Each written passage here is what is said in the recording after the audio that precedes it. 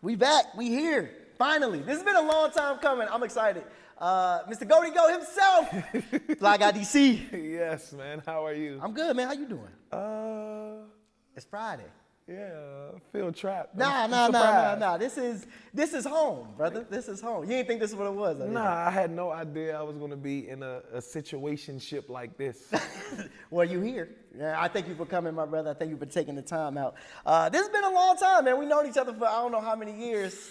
It's been a long. Over 10 years. Yes, over 10 years, and we finally have sat down, and we get to talk to you. I get to dive into the life of Fly Guy, man. I know. This is dope. I want to ask this question off the jump, man. You do give yourself this title of GOAT, and you know when people give the GOAT is the greatest of all time. Mm-hmm. How did you give yourself the title of GOAT, and what makes you the GOAT in this hosting realm, in this realm of entertainment?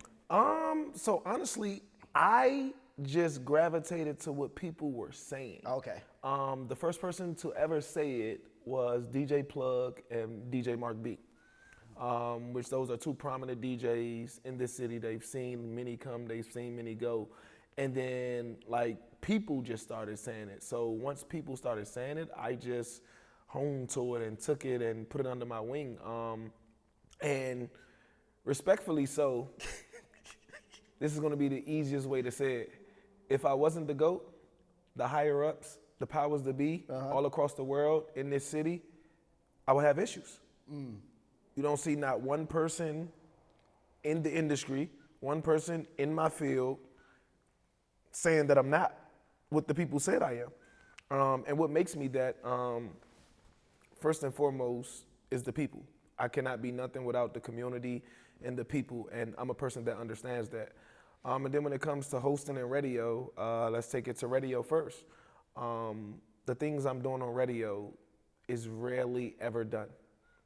The only other person that I know that I'm following the footsteps of is Flex. Mm-hmm. And not as far as a personality, but as far as breaking records. Like Flex run records back like 5-6 times. I'm running records back like 10-15 times live on the radio. Like no pre-recorded, none of that, live on the radio with the talent there. And then just even on top, outside of that, like I've just gravitated to the city and gravitated on how to perfect being a radio personality and a host. Come to an event I'm hosting, it doesn't matter if it's 2 or 2,000, 20,000, 50,000, you're gonna feel like every worry that you had is gone. Yeah. You're gonna have the best time of your life. You're gonna forget.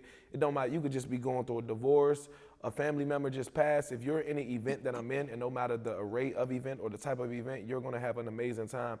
And it's gonna be an experience. You're not gonna feel like you're at a club. And that's what just separates me from everybody else. Like I create experiences because I've mastered how to be a host and how to be a radio personality. And when I see you work, I definitely get all of that. When I see you work, I see it's not just somebody up on the microphone yelling and saying just random words. It's like, yo, you're really engaged with the audience. You're really engaged with the people there. So I want to commend you for that, man, because you do an amazing job, brother. So I want to give you your flowers now and tell you, Thank man, you. you are, and in fact, probably the GOAT of this hosting job, man. So and don't get me wrong, like there's.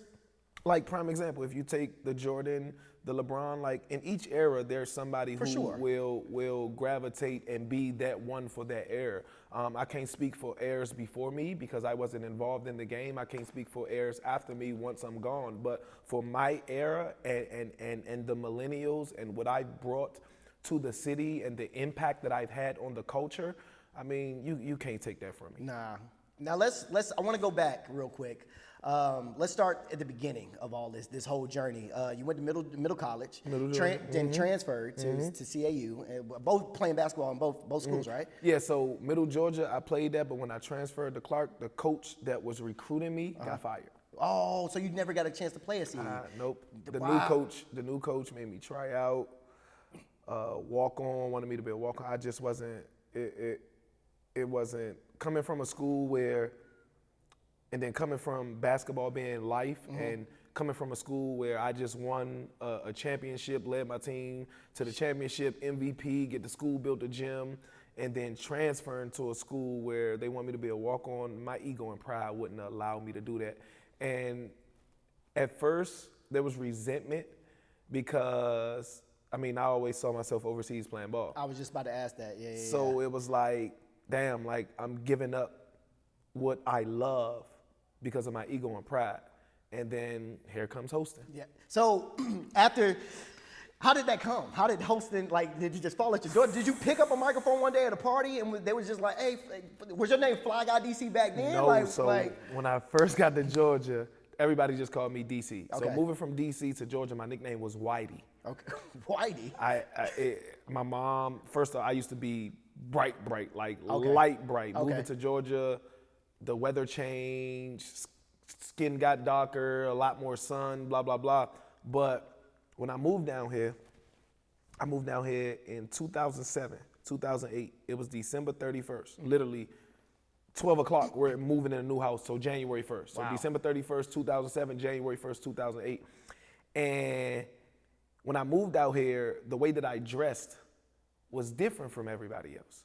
So of course I had the name DC because I was from DC. But like prime example, when I first moved out here, there was no H&M out here. There was no people wearing loud colors out here. There was no, it was jabots and tall tees. Yeah. And I never wore that. So people were already looking at me like, what the hell? Like, who the hell is this new nigga? And Morrow High School, Southside. I remember it like it was yesterday. I'm in gym class. I had on some low top Adidas, some top 10s, but they had so many colors in them. And they're Wale. Now, if you know what Wale is, that means your shoestrings ain't tied. Yeah. Like they're unlit, like it was a style up top. And I'm playing basketball. And while I'm playing basketball in the gym, the coach see me and I'm cooking niggas in the gym and my shoes ain't tied. Yeah. The coach like, hey, tryouts and blah, blah, blah, blah, blah. And people start calling me such a fly guy DC. Oh. So for years it was such a, and it wasn't even just a fly guy DC. It was DC, then it went from DC to such a fly guy DC, and then it went to fly guy DC. Gotcha. But yeah, hosting wise, I was at a club, Eastside. One of my teammates, Sean, had to host the party. We used to go to clubs and et cetera. He had to host. He was booked to host the party. We get in there, and the nigga for some reason didn't want to get the mic. I'm a people's person, so I'm like, okay, let me get the mic. So I'm just in there making people laugh. I'm interacting with people, and then from there, it just was history. And that club was Scores on the east side, Wesley Chapel. It ain't even there no more. Wow. And that's nuts that that was the turning, like that started the whole thing. And did you know that's what you wanted to do then? Like once you picked up the mic, did you just instantly fall in love with it? Or was it more of Hell no. I was about to say, was it more of like, I still want to play ball? Like Yes. I want to go hoop. Like, So I was still trying to hoop, and at that time, I was working at Foot Action. Now I probably worked at Foot Action for probably like no longer than 6 to 8 months. So when I first started hosting, it was a play, like, okay, I'm in the clubs, I'm working at Foot Action. Y'all like how I dress, you like the sneakers I be having on, y'all about to come shop with me. yeah. And I was only doing it for the perks of hosting. I wasn't doing it, I didn't know how much money was in it. I didn't know any of that, so I'm doing it for the perks of it. And the club people started to trickle to Foot Action. Oh, wow. So now I'm in the West End Mall, working at Foot Action, and you got people, and mind you, I'm at Clark. So now you got people coming from Clark, coming from the clubs, like, hey, and people that I don't even know walking in Foot Action. This is West End, this is one of the hoodest malls in the state of Georgia. Walking in like, hey, I like how you dress, I like your sneaker game, I need you to help me. I worked 3 days a week and was the lead sales, and I was part-time, probably worked like 3-4 hours a day. Dang. 3 days a week and was the lead sales, outsold everybody that was in Foot Action in the West End, almost Foot Action in the southeastern region. Wow. So they moved me to South Lake. Really? Yes.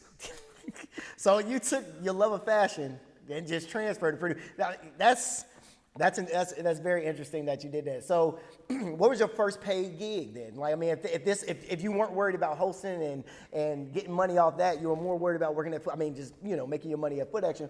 When did you like say, all right, I could probably take this hosting shit seriously? So I took it serious when I got my first out of town booking. Okay. But in between that, like I was getting booked in the city, but the money wasn't, for a college student back in 2013, 14, the money was great. But I'm getting like $50 to $100, and I gotta be there all night. Whew. So I'm like, okay, this ain't making sense, but I didn't know, like I said, I didn't know how much money was in hosting just in general. Yeah. So I started to take it serious. I got booked in Ohio. Cincinnati to be exact. The club was called Velvet Room. And they paid for me to get there. They paid for me to get back. They paid for my hotel. My hosting fee got quadrupled. I had security, and I'm just like, damn, like, they're treating me like I'm an artist. And from that day forward, I started to take it serious. And never turn back. Never turn back.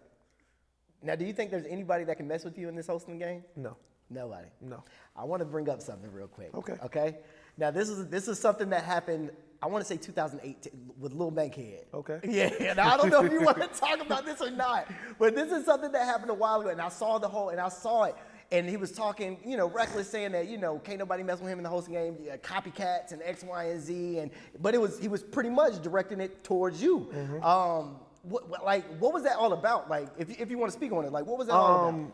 To be completely honest, you have people who have resentment from seeing younger people come up and surpass them. Mm-hmm.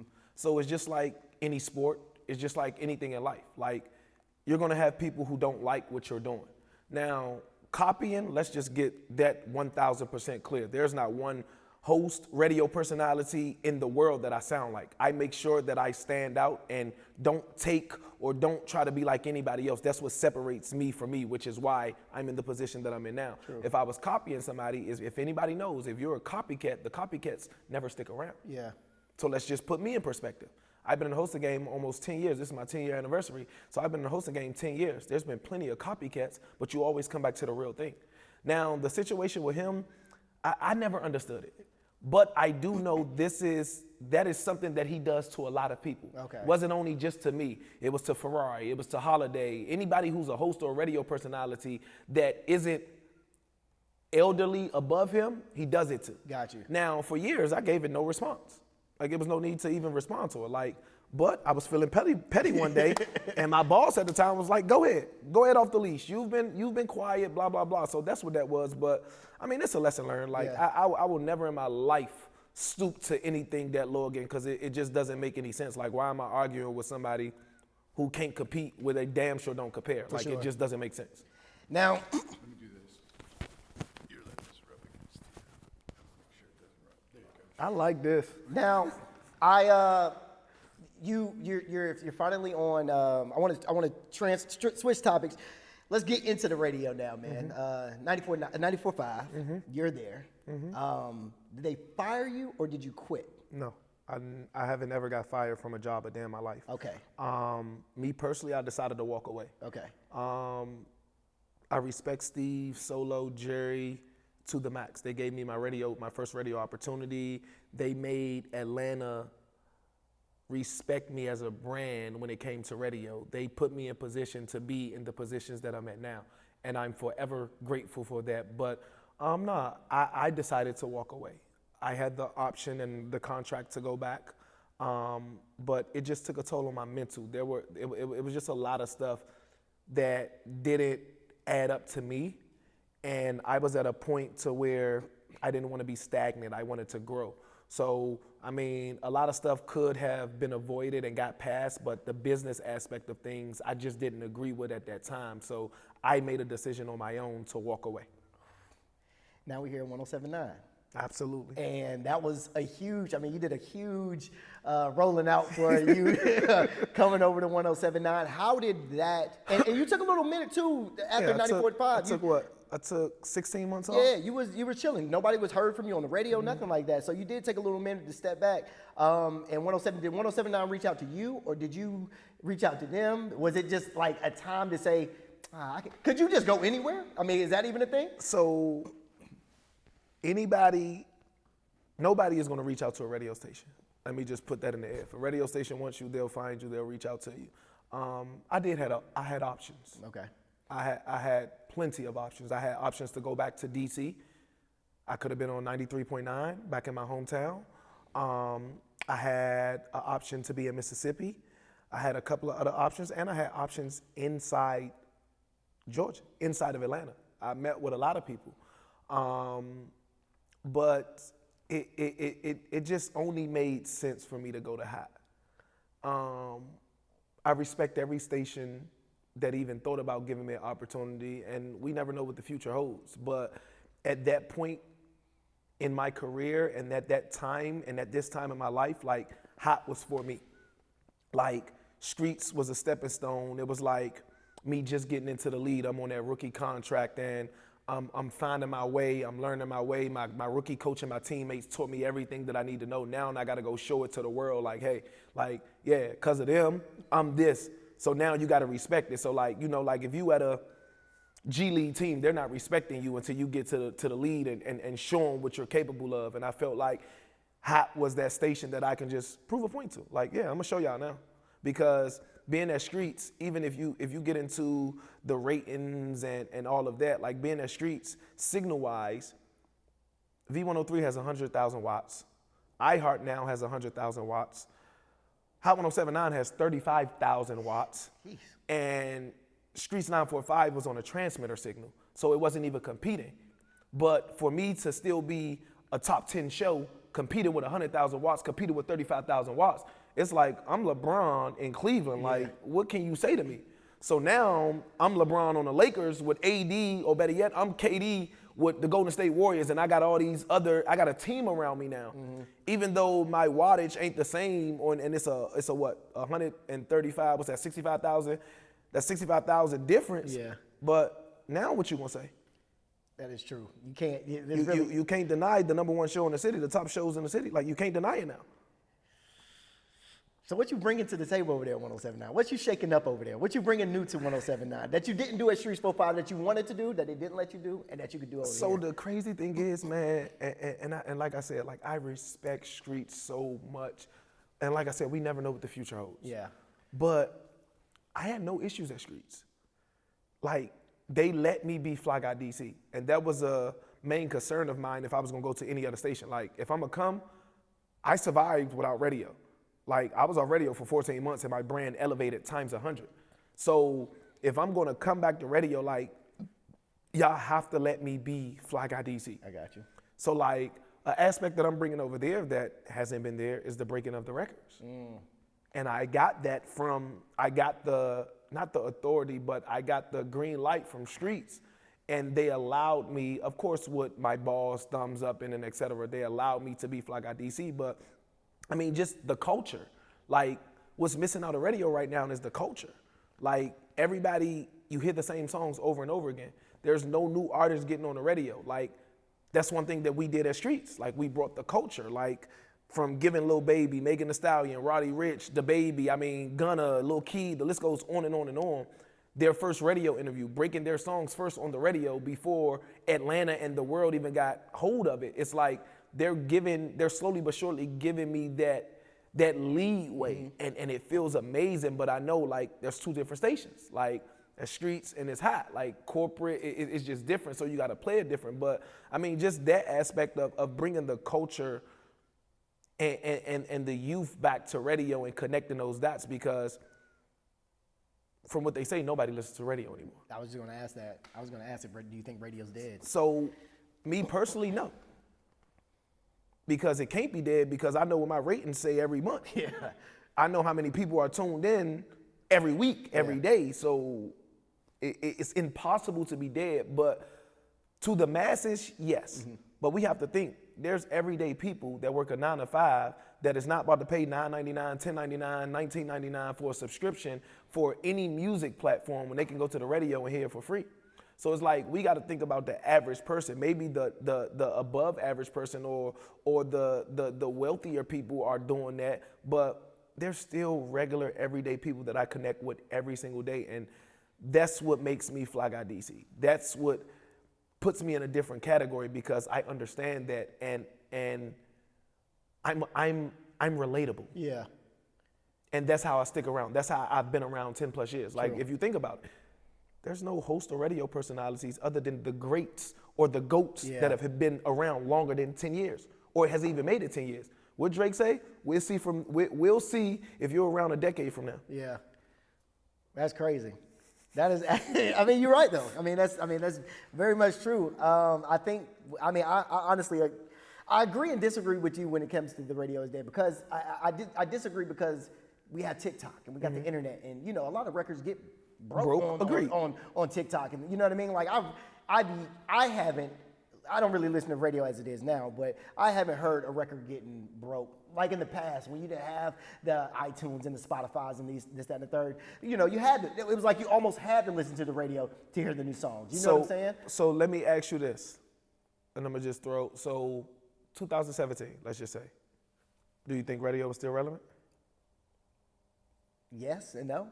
Okay. We didn't really have TikTok and nothing like that back then, like in 2017. So. Okay, so 2020. Yeah. Was radio still relevant? Mm-hmm. Not as much. That's when the podcast and all that stuff started really booming and stuff like that. Okay, so 2020, you had, what artists? I want to pull up my phone. But, I mean, just overall, in that, like, prime example, 2017 was Lil Baby, My Dog. We single-handedly broke that on the radio. Okay. The first song that they gave us was Grindin'. And we was like, no, we single-handedly, we took the music out for 30 minutes. Myself and Ferrari took the music out for 30 minutes, ran it back 30 minutes straight on the radio. Nobody's doing that. That's breaking a record. Now, one person can't break a record. One platform can't break a record. It's a mixture, but having a part in breaking a record is something. So like, yeah, TikTok can start a record and get it going, but in order for a label to break the record, they gotta come to the radio. So it's like they all play hand in hand. And yet again, because there's so many demographics of life, like you got, prime example, the average person that's gonna listen to the radio ain't on TikTok looking for no records. True. The average person that's on TikTok ain't listening to radio, they're listening to Spotify, Apple Music. True. So like you have your demographics that do what they need to do, but it's all still a collective at the end of the day, because social media, along with streaming platforms, along with radio, along with word of mouth, along with everything else breaks a record. It's not one single thing that can break a record, which is why the budget to break a record is so enormous. I was about to ask how much is it to break. I was literally about to ask how much is it to break a record. If I had 100,000, I got a song. I want to pay you 100,000. You think can my record be broken with 100,000? So for me personally, and I'm glad this came up. Now there's multiple ways to break a record, and we heard Coach K and P say 250,000 can get your record broke. Now 100,000. It can do something, but years. Yeah. But for me, like I've never taken money for radio a day in my life. If I don't believe in a record, I'm not playing a record. If I don't like the record or see potential in that artist, you won't ever catch me playing a record or stamping it, because I have to put my brand on top of that. For sure. And if I'm gonna put my brand on top of it, I have to stand on it. But as far as 100,000, club, because you got to think, you got to get a marketing campaign. You got to find your PR. You got to go club rotation. You gotta go. You gotta find you a radio vet that has relationships with radio people all across the world that he can influence to play your record.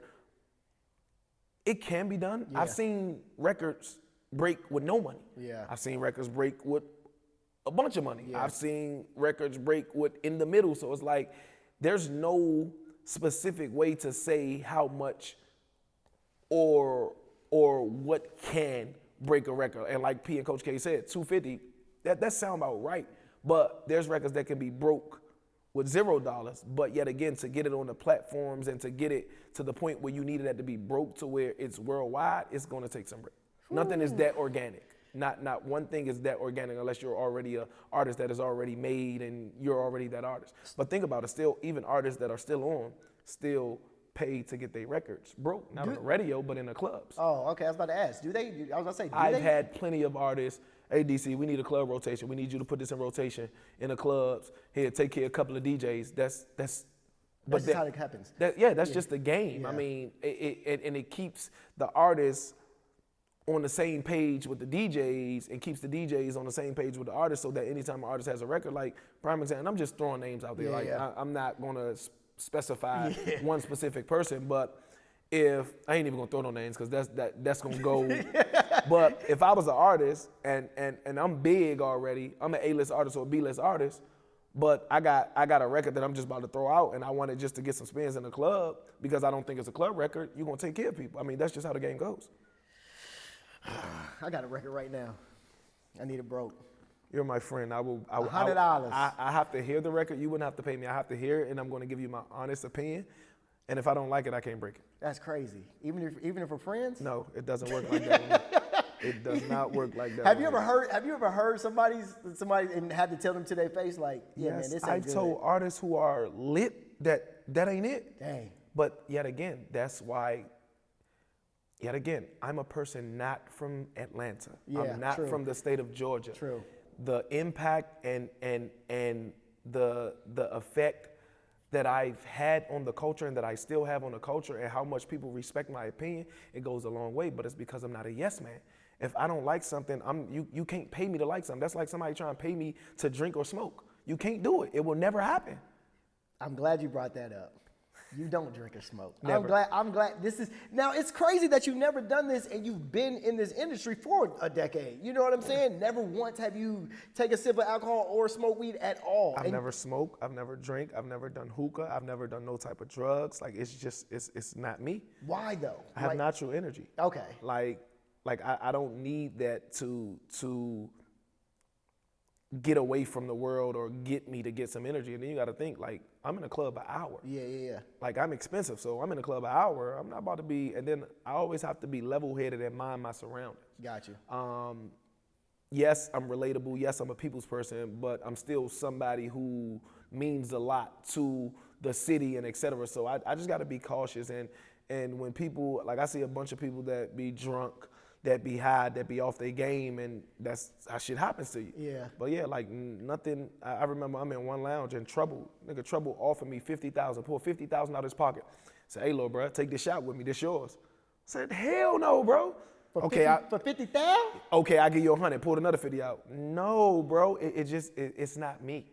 And yet again, I can't be bought, I can't be sold, and I stand on principles, and I stand on what I believe in. And that's why the respect is there how it is. I don't know, DC. 50,000, 100,000, I might have took that shot, brother. So okay. So you basically saying for 50 or 100,000, you'll do something that you don't want to do. I ain't say all that now. You know what I mean? I ain't say all that now. I just said 50,000, 100. I don't drink either, so I mean, I would have. So you would have took 50,000 to take a shot? Yeah. Wow. You can't buy me though. I mean, 50,000 just bought you for a shot. You right. I do want to ask this. I know we were talking about this earlier. You hosted, damn near everything I can think of. BET Awards, Revolt. Revolt is Diddy. Now, I have to ask this now. This kind of, did you ever work beside? Now, is he this monster that everybody's portraying him to be? I can't speak on what everybody portrays him to be. I don't know the facts or the non-facts of everything that's going on, but when I was around him, like for Revolt, and when he was in clubs that I was hosting, that's not the side I saw, me personally. But yet again, I can't speak for the world, I can't speak for everybody else, but around him, he was jolly, he was happy. He was an asshole, but he's Diddy. I'm an asshole, and I'm DC, so everybody has an asshole side to them. But I never saw that side, like ever. Is there a favorite place that you Revolt, BET Awards? I can list and go on and on. Is there one particular moment in your hosting career that you can go, damn, I really made it? Like this is I'm Fly Guy DC, bro. Like this is me. I'm there. There's so many. Oh my God. Growing up watching BET, and for me to be the official green carpet host for the BET Awards and to be the official host for the BET Experience is fucking crazy. But I think it hit me when Spellhouse Homecoming concert, Savage was the headliner, and we brought Drake. Oh, yeah. Oh. And I'm in the locker room with Drake. I was there. And Ruggs introduced me. I was like, yeah, this DC from the radio, the host. And Drake was like, oh, yeah, I know who you are. And I'm just like, oh, shit. Like, what? Like, first off, that's my favorite artist. For him to be like, oh, yeah, I know exactly who you are. You don't want to be hosting all the clubs. You be doing, I'm like, wow. That right there was like, okay, I'm on to something. But I never, everything I do still amazes me. Yeah. Because it's like now I have no goals. Everything that I've ever wanted to accomplish as a host, I've already done in the less than 10 years that I've been hosting. So it's like now when something happens, it's just like another check mark on the list. I got you. Like it's like another accolade. Like I don't even think there's a host in the world that has a key to a city. Like, it's just like little stuff like that. Like, that also made me be like, damn. Like, I'm not from Georgia. I done fucked around and got a resolution from the state of Georgia. I done got an outstanding citizen from the state of Georgia. I done got a proclamation from Atlanta, a proclamation from Clayton County, and I got a key to Clayton County. Like, that shit is unheard of. For a radio personality and a host, it's unheard of. That's absolutely nuts, bro. Are you and Drake cool now? You got his number? No, I don't have his number. No, I don't have his number. I have a lot of people number. I'm cool with a lot of people, but I don't have a Drake number. You are because cool. I can't be like, I've never been one of those type of people. Like, I can't be groupied or fanned out because it's just never been me. Yeah. So like, even when I'm in areas like that, like, you wouldn't even hear me ask for pictures. Like, it's and as much as I would want to, like, it's just not me. Yeah. Like, I never was like that. And once again, that's my favorite artist. One of my favorite artists. So it's like, damn, like, I should, hey, can I get it? Like, but when it happens organic, it's that much better. 100%. So I've just learned to take that route and not be extra and et cetera. And you are very close. Like, I mean, that's one thing I will give you, man. You are very close with a lot of these artists that you interview and that you like. You, I mean, damn near make a brotherhood with these folks. You know what I mean? Like, I can tell, like, it's very genuine when you see them. And I've been around you when you've been around these folks, and it's nothing but respect and love. Is there one particular artist that is just like, yo, this right here is my family for life? Like, I know you're really close with Trouble. You know what I mean? And like, was he that artist or? Yeah, like, but it's multiple artists that I have like that type of relationship with. And it like I said, it's genuine. Like, it's not forced. It's like, you know when something is forced. And like I said, it's plenty of people. Like, me and Rollo is real close. Dirk, Lucci, Thug. I mean, the list goes on and on and on and on. But it's like, it's weird because I know it's not for the respect is there, yeah, but I know it's not just because I'm a radio personality and host, because they can let any and every radio personality and host into their space, and they don't. And it's a blessing. It's a blessing and a curse at the same time. That's interesting, man. You got any specific stories about the artists that you just named that stick out in your mind to where it's like, damn, like it like either that's, you know, him loaning you some bread, or, you know, or not to say, or just like, it's something that you could tell us. I mean, I like to hear stories like that about artists. Yeah, but it's so many. That's what I'm saying. Like, it's not one that I can literally pinpoint because it's so organic and it happens all the time. Yeah. Like, it's just that type of relationship. Like, Jacquees is another one. Like I can go to these people's houses. I can FaceTime them. They will pick up the phone. Like, prime example, Lucci and Thug. I'm talking to them and they behind bars. Like, that tells you it's genuine. Like, me and Thug are texting on a text app and he's in jail. Locked up. Lucci's locked up. I'm on the phone with Lucci because of Day. Like, it's like that's relationships, and dollar amounts cannot buy that. For sure.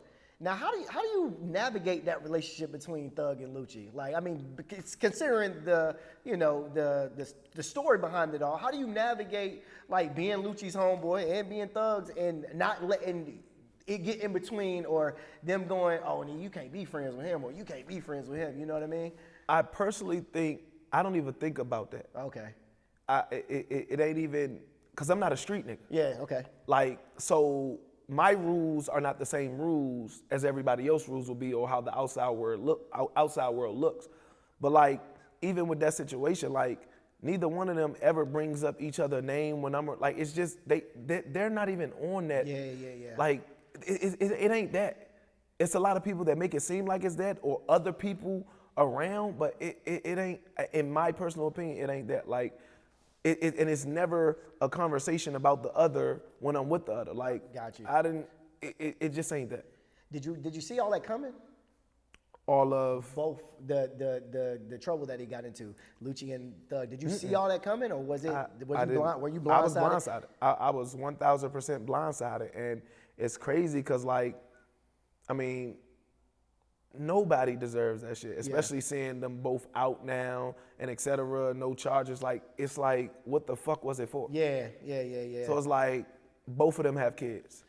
Both of them was a prominent figure and is a prominent figure in Atlanta. So it's like now the city took a drastic fall because everybody was getting locked up. Everybody was dying. And it's like Atlanta lost the throne of music. Future held us together. Future and Savage held us together. Yeah. Did an amazing fucking job, but they held us together. But it's like now we can get back to what Atlanta needs to be. Baby held us down. Yeah. I mean, it was plenty of people that held it down, but it's like I never saw that coming. Not in a million years. That was left. That was from left field. Like, And then just to see both of them just like they're out now. yeah, they are Like usually those like you're gone. for a long time. So it's like 4 years. yeah, What the fuck was the point? Yeah, you're going for a long time, an absolute long time. Now that while they were inside, I guess Lil Woody had.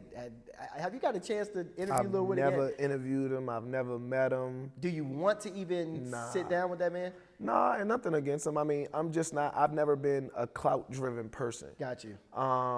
And that's just never been me. Like even with, and that's another reason why I have these great relationships, because I can interview somebody and not bring up what everybody else would talk about, sure. but it'll still come out of you, and I don't even have to ask the question 100%. because it's genuine. But it's like I've never been that clout-driven person on my brand when it comes to radio, when it comes to hosting, none of that. And like I said, I don't know Woody personally, and I've never met him, but it just wouldn't. That's nothing that I would want to do. For sure. Because, and now, like I see the interviews that he's in now, he's talking very different. He seems as he's on a different path. But yet again, me personally interviewing somebody like that, it puts a label on my back, and I can't have that. I totally understand, because like, I wouldn't interview Charleston White. I wouldn't interview. There's a lot of people I wouldn't interview as well, because it's just like, I don't have anything to talk to you about. You know what I mean? Like, that's just not, we not on the same pedigree, bro. Like, I don't see eye to eye with you. So I agree with you when you say that. I do want to ask you, man, on the lighter note, I mean, you've hosted at almost, how many homecomings would you say you hosted? Like, just off the top of your head. Just in Georgia? Just in Georgia. Just in Georgia? Probably about 30, 40. 30? And just across the country, how many would you say? Too many? Yeah, too many. What would you say the best school to host that is? Now you know they gonna see this. They gonna be mad if you don't say they school. Choose wisely, my brother. This is a tough question.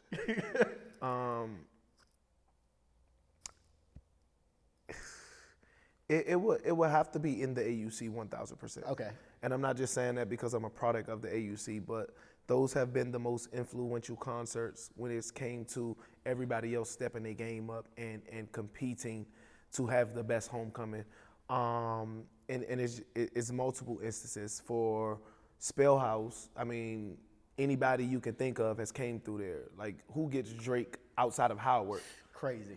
For free. Crazy.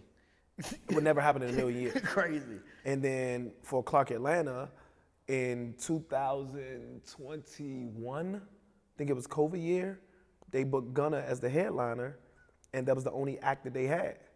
But I brought 21 special guests for free off of my face card and my relationships. And that guest list included anybody you can think of. If they were hot in 2021, they were on that stage with me. That's crazy. That's absolutely crazy. So the AUC has it.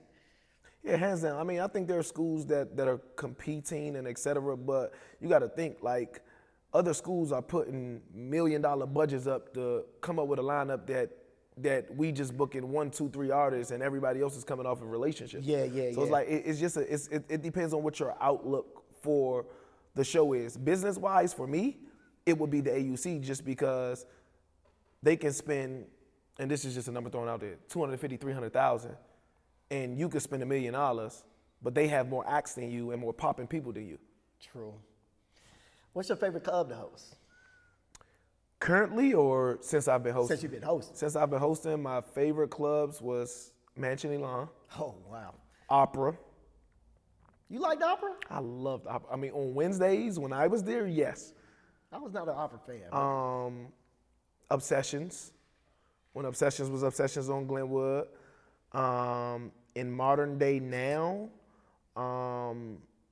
it's more about parties because the clubs change so much. Like there can be a party and it could be at this club, but then 6 months down the line they move into another club. Yeah. Just because of the business aspect of things. But my favorite parties to host right now would be R&B Mondays. Brick does an amazing job at that.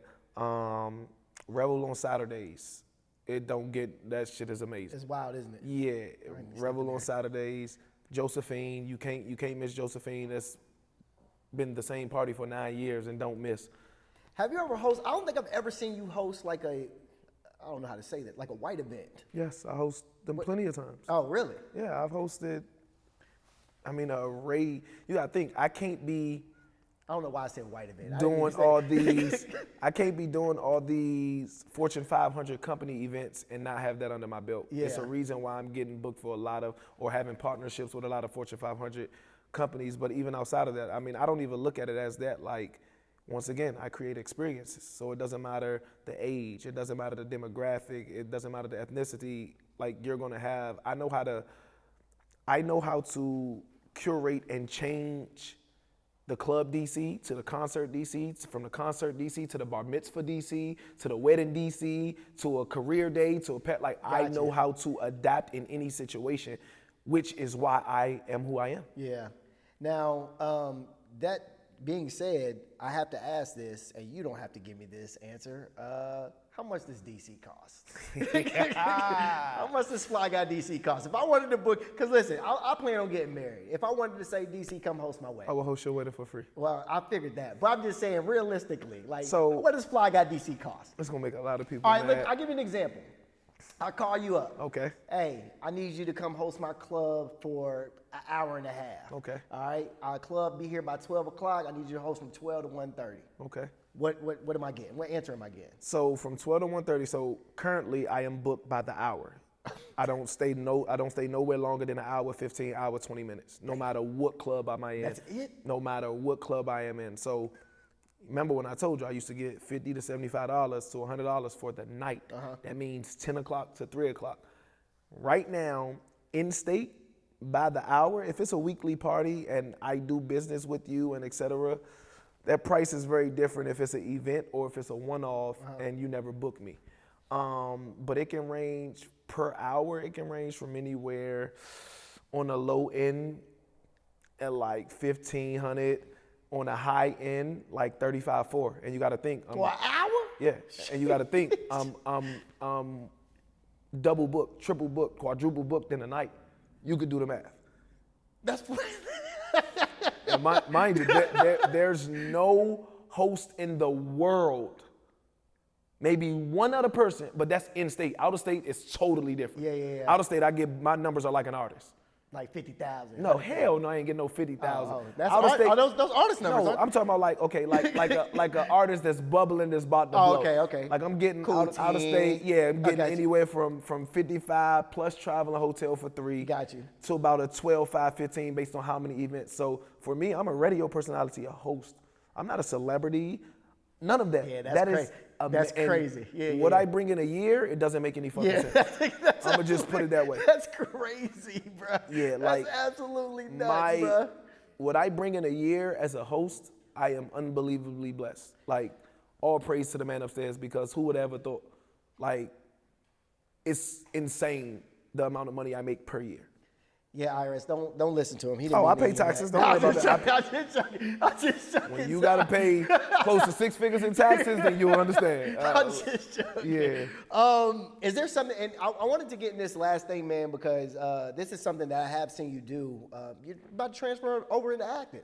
Mm-hmm. All right, I want to let's talk about it, brother, because this is something that we've had conversations about this off camera. But yeah, you about to do this acting thing, man, and you actually finished filming. I could not find what you were filming though, bro. What is it? So I filmed a lot of stuff. Okay. The main thing, God rest his soul, Irv Gotti.